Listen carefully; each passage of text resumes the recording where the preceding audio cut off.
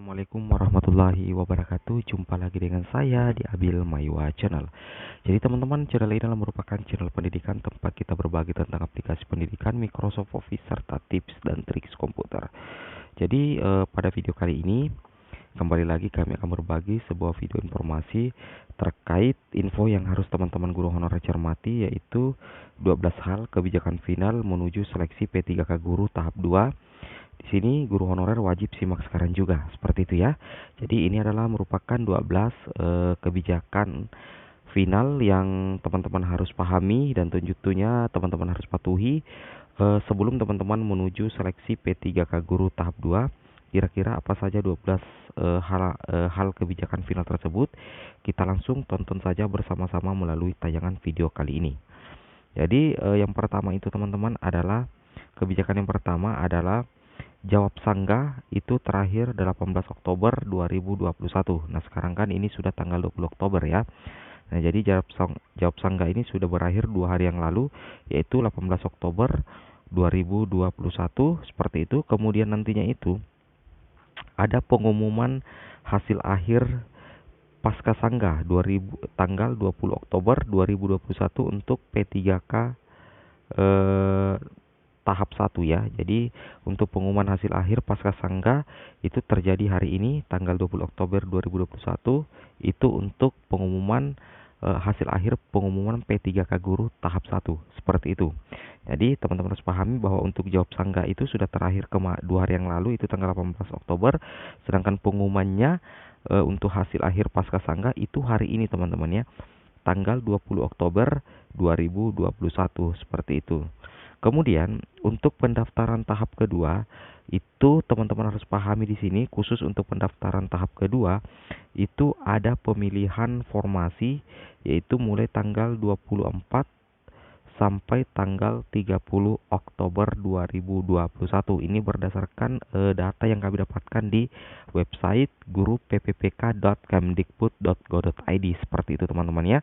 Jadi untuk pendaftaran tahap 2 itu teman-teman harus pahami bahwa pemilihan formasinya itu mulai tanggal 24 sampai tanggal 30 Oktober. Jadi di sini ada 4 tanggal di bulan Oktober yang sangat penting yang teman-teman guru honorer itu harus tentunya pahami.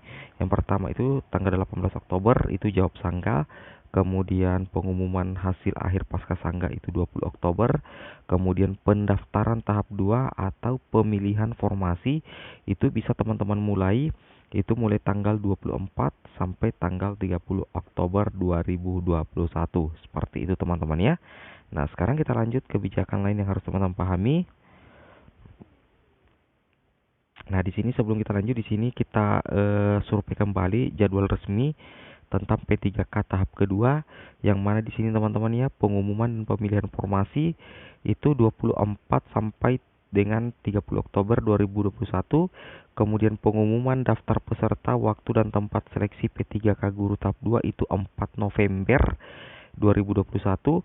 Kemudian teman-teman untuk mencetak kartu peserta seleksi P3K Guru tahap 2 itu tanggal 4 sampai dengan 7 November 2021. Kemudian untuk pelaksanaan seleksi kompetensi 2 itu tanggal 8 sampai 12 November 2021. Kemudian pengumuman hasil seleksi kompetensi 2 itu 18 November 2021. Kemudian lanjut ke masa sanggah, yaitu pengajuan sanggah itu tanggal 19 sampai dengan 21 November 2021. Kemudian jawab sanggah atau tanggapan sanggah itu 21 sampai dengan 27 November 2021. Kemudian pengumuman pasca masa sanggah 2 yaitu 28 November 2021. Seperti itu teman-teman ya, informasi terkait rencana jadwal untuk tes seleksi P3K Guru tahap 2 seperti itu. Nah, sekarang kita lanjut ke kebijakan lain menjelang tahap kedua yang harus teman-teman pahami. Di sini yang harus teman-teman pahami bahwa untuk peserta tes tahap kedua itu ada beberapa kategori. Yang pertama itu adalah guru honorer negeri, dan tentunya kategori 2 untuk guru honorer negeri itu kembali bisa melamar P3K tahap 2 nantinya. Kemudian tentunya adalah guru swasta, ini sudah bisa memilih formasi untuk pertama kalinya. Kemudian ada lulusan PPG atau lulusan fresh graduate yang belum pernah mengajar tetapi memiliki sertifikat pendidik, itu bisa melakukan pemilihan formasi nantinya di tahap kedua sama dengan guru swasta, tapi disesuaikan dengan domisilinya ya, domisili. Jadi melamar sesuai dengan domisili seperti itu. Jadi itulah peserta tes tahap kedua nantinya teman-teman ya, yaitu honorer negeri dan THK 2, guru swasta, dan tentunya lulusan PPG itu bisa melakukan pemilihan formasi untuk pertama kalinya nantinya di tahap kedua. Seperti itu. Kemudian kita lanjut lagi teman-teman ya. Nah, di sini tambahan informasi untuk kebijakan berikutnya yang tetap berlaku nanti jadi tahap kedua adalah afirmasi tahap kedua itu berdasarkan pada Permenpan RB nomor 28 tahun 2021. Jadi tentunya teman-teman sudah memahami bahwa afirmasi-afirmasi apa saja yang terdapat pada Permenpan RB nomor 28 tahun 2021. Admin ulangi, yaitu yang pertama ada afirmasi serdik, kemudian afirmasi usia, kemudian afirmasi disabilitas, afirmasi THK 2 ya. Nah, itu masih tetap berlaku nantinya di tahap kedua teman-teman ya. Kemudian untuk penyesuaian passing grade itu mengacu pada Kepmenpan RB nomor 1169 2021. Itu khusus untuk penyesuaian passing grade, itu mengacu di Kepmenpan RB nomor 1169 tahun 2021 seperti itu. Nah, seperti itu teman-teman ya, yang mana kita ketahui bahwa di Kepmenpan RB itu ada penyesuaian passing grade, bahwa passing grade itu terbagi 3, ada P1, P2, dan tentunya P3 teman-teman ya. Jadi ini kebijakan yang teman-teman harus ketahui juga. Kemudian kita lanjut lagi. Nah, di sini dikatakan untuk kebijakan berikutnya bahwasanya nilai seleksi tahap 1 itu tetap dapat digunakan di seleksi tahap kedua teman-teman ya. Nah, di sini ketentuan yang pertama yang harus dipenuhi agar nilai seleksi tahap 1 dapat digunakan di seleksi tahap kedua. Yang pertama itu harus lolos passing grade ya.